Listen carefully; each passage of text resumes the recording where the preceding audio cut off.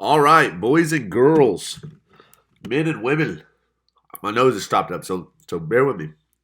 I'm eating these. I just dropped a blueberry. All right, let me get that. All right, guys. So we are going to go inside. You can see that I'm on Craigslist right now. We're going to go to motorcycles. Let's check this out. Here we go. We're going to go to motorcycles, and I'm going to show you guys exactly what I look for. I'm probably going to be focused more on either street bikes and tell stories based on my experience with them, what I bought. But we're just going to look at this. Here's a CRF 50 or dirt bikes or pit bikes because I know them the most as well. So I'm going to adjust this. I think it's in frame for you guys. I can't really see that number, but let's go $300 because I want to get even pocket rockets, anything, to 5,000. I don't want to go over that because I'll get a good used 600cc dirt bike or motorcycle, or nothing else. We won't have to spend any more money. I think we can get all we want at the $5,000 range, especially in this market. Here's a 2005 CRF 450. I had one of these KLX 110. This is not a good deal. It's been on here 25 days, so these are things to watch out for, right? You're in the Phoenix area. So you have to understand your area. Know if there are, dirt bike tracks. Know if, what time of year it is. It doesn't really get cold in Arizona, so dirt bikes, year round, there's not going to be a better time, I don't think. Whereas in Arkansas here, where I'm at currently, it gets like 10 degrees, 15 degrees, and it's way too cold to ride, and there's no demand. So understand what time of year it is, and if you can capitalize on it. If you want to buy one, the best time of year to buy one would be in the wintertime if you want to keep it, or if you're willing to hold on to it, enjoy it, and then sell it during the middle of the summer. And you can double your money. Pretty easy doing that. 2001 CBR 929. I think those are kind of rare. Keep looking, keep looking. I'm just looking for stuff that I know has worked for me. These are really cool. CT70, CT90, Trill. We had like 4 of them in the backyard at our house. The carburetors were all gummed up, but YZ65, that's pretty cool. That's overpriced. 2017 CBR 300R. So here's a CBR. Sorry, I'm eating these blueberries while I'm trying to talk. This is at a dealership. Odds are this is not going to be a good deal. And also odds are understand what this bike is. Now, I've had a lot of people in our group chat buy these, and they sold them for a profit, but it took a while for them to sell because if you buy this bike, understand that it's not really a 600 or a 1000. It is a 300, but it's also a crotch rocket. So the people that are wanting this, the type of person that's going to want this bike, they're going to probably want a crotch rocket for the speed, and they're going to, try not to buy this bike, and they're going to try and get a 600 at least, so a super sport or a leader bike, so a 1000.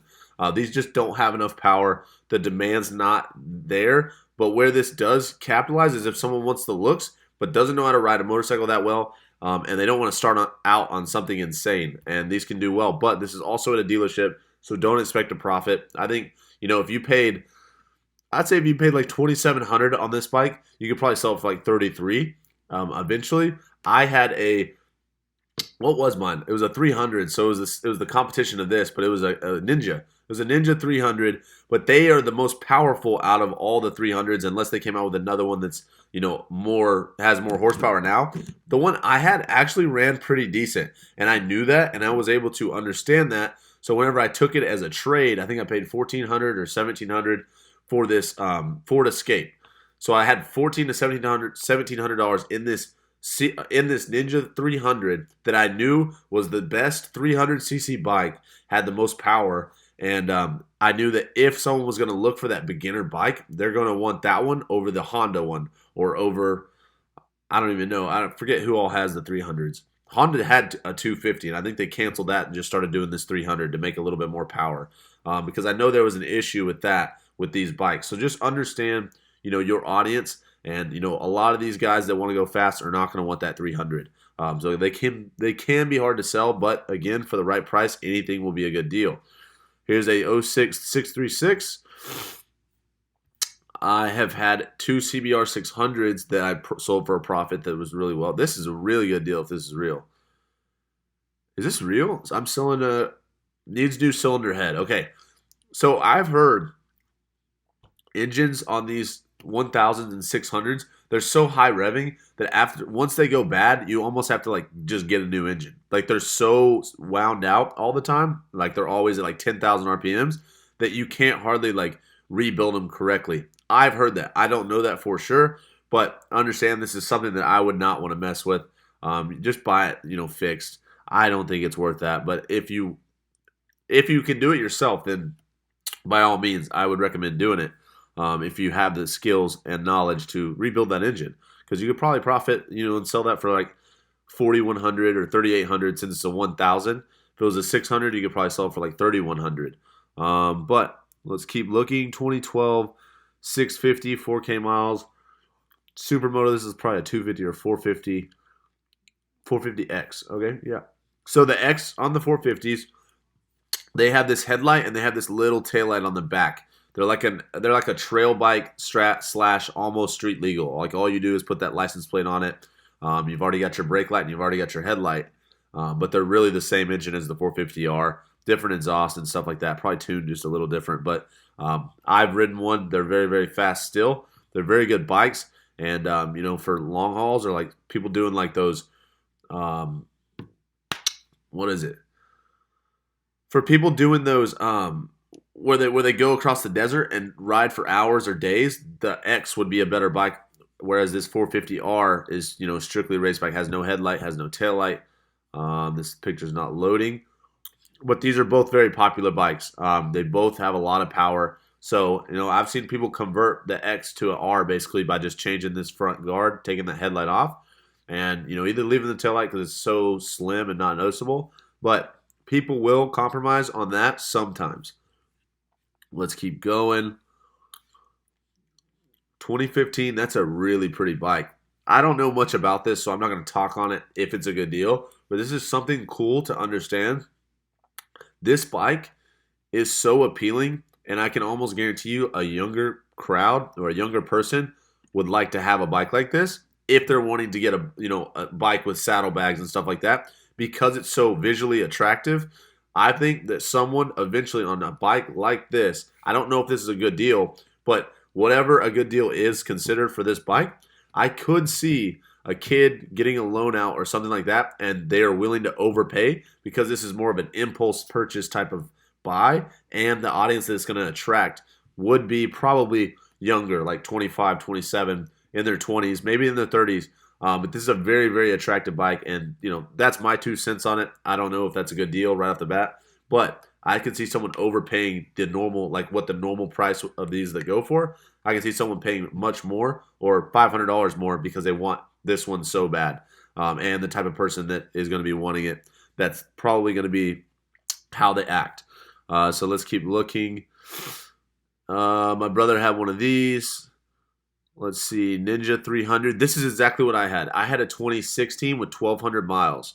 I had $1,400 or $1,500 in it, or maybe 17. I can't remember. It was less than 1,800. I don't know. I don't want to tell you guys like one thing and then that not be true, but I made a good amount of money off of a bike like this. But I understood again that this was the most powerful one at the time.